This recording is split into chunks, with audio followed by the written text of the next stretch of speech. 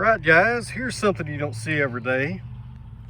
This is a bird nest right here in the middle of the ground. And if I don't butcher the name too bad, I believe it's called a killdeer. That's the species of bird that does this. We get these at the farm every year. They make their bird nest right here in the middle of the gravel, right on the ground.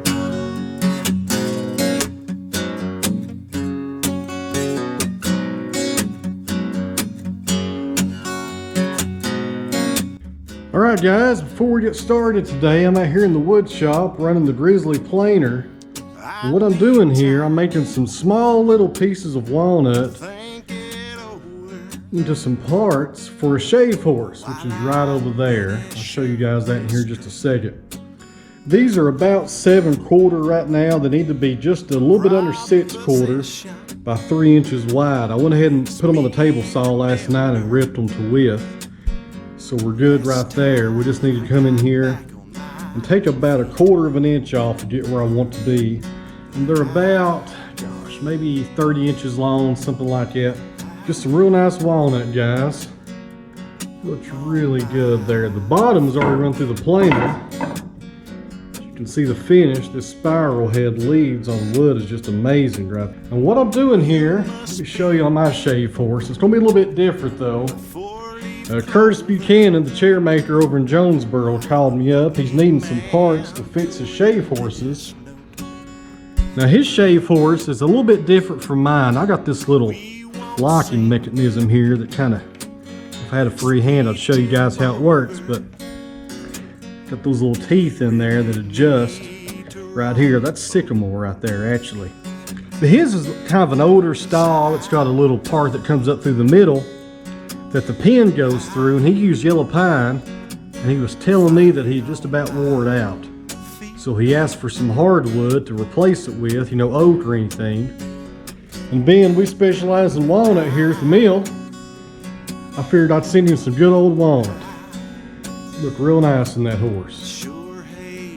Check that out right there. That's some nice premium black walnut right there. No knots or nothing going on. So let's get the planer fired up and get these milled down. I think he's going to come by tomorrow and pick them up. Got a lot going on today, guys. Stick with me.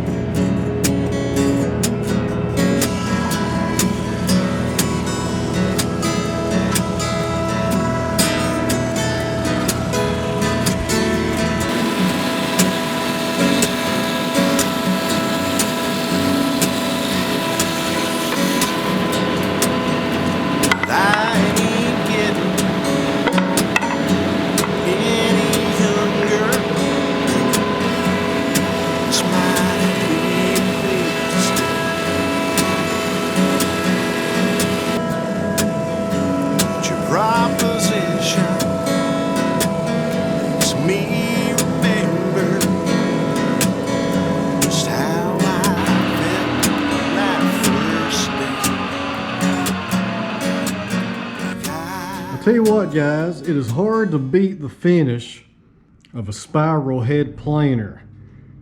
And if you're not familiar with that, look it up on the internet. I can't take off this hood here, it's too much trouble to show you the blades. But instead of a planer having knives, it's got these little blades that do the cutting. And man, it makes a really nice surface when you run through it. That looks really good right there. Some light sanding is all this walnut would need it if he's making furniture out of it. Looks good. Let's get on to the sawmill now.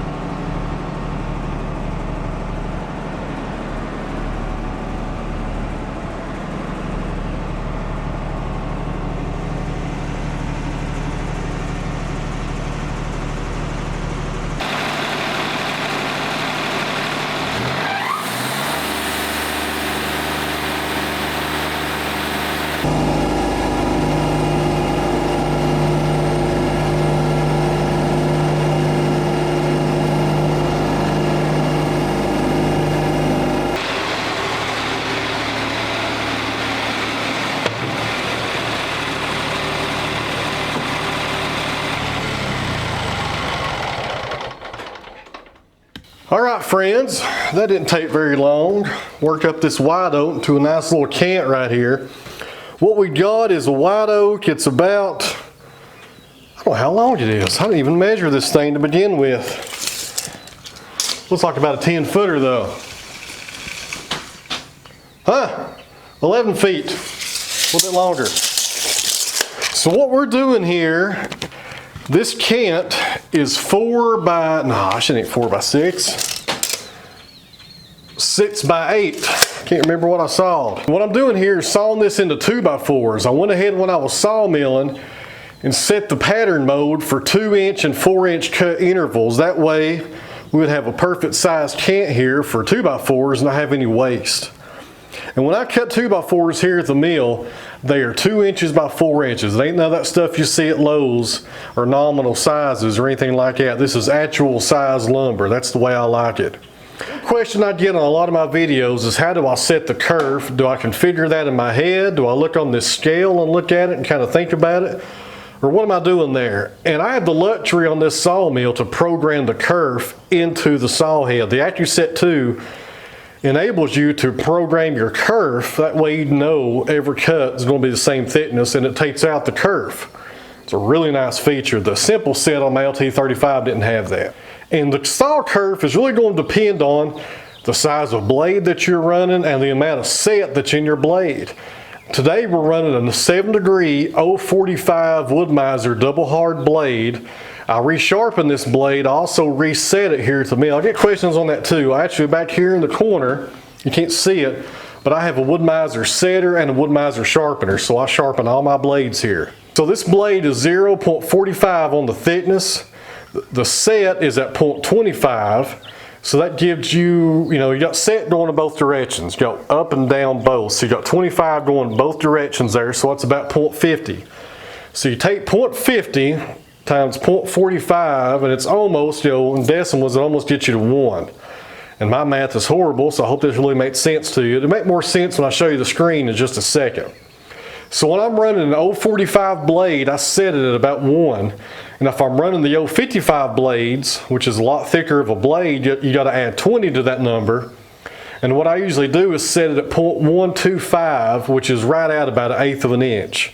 But you really got to know what kind of blade you're running, the thickness of the blade, and also how much set is in that blade to accurately figure in your kerf. So if you don't have AccuSet 2, no problem right there. Just look at your blade and all those different characteristics of your blade, and you'll know how much set to account for when you're making, pattern cuts like I'm going to do here in just a second when I do these 2 by 4s. So let's go back here now to the remotes, and the sun's coming in. It may not come through pretty good. We'll see how it goes though. And I'll show you guys how we set the kerf on the mill. All right, let me focus in there. Try to get this thing level. Let's get it turned on. Like I was saying earlier, this is AccuSet 2. And I think this is the most advanced computer system they put on their portable sawmills. And I could be totally wrong about that, but I've not seen anything past an AccuSet 2 as far as what they use. So what you do, guys, this screen right here comes up. Here's the home screen, and that's set at 18 inches. So wherever the sawmill head's at, right now it's at 7 inches and 9/32. So when I go to this home screen, if I hit the up button, it automatically goes to my home setting of 18 inches. And that's a good all-around height.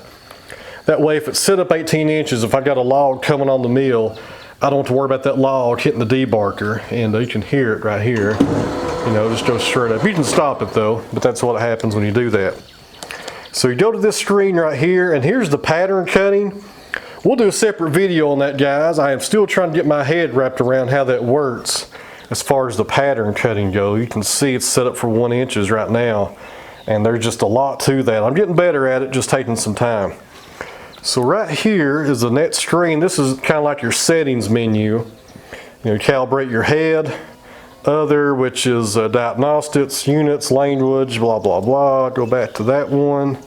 And here's what we want to look at, the kerf. Right now it's set up at 0.100. You guys can see that. And that is for my 045 blade with a 25 set on both directions. And if you think about the math, that's actually going to be 0.095. But 0.100 will get you there, and it's close enough for me. When you take a measuring tape and it reads right at 2 inches, and you don't have to squint your eyes, you know, this is rough cut lumber, it's not rocket science, so I'll take its word for it and I'm good to go. But what I would do is, if I was going to cut with 55-degree blades, I would make that 0.125, which is right at 1/8 of an inch.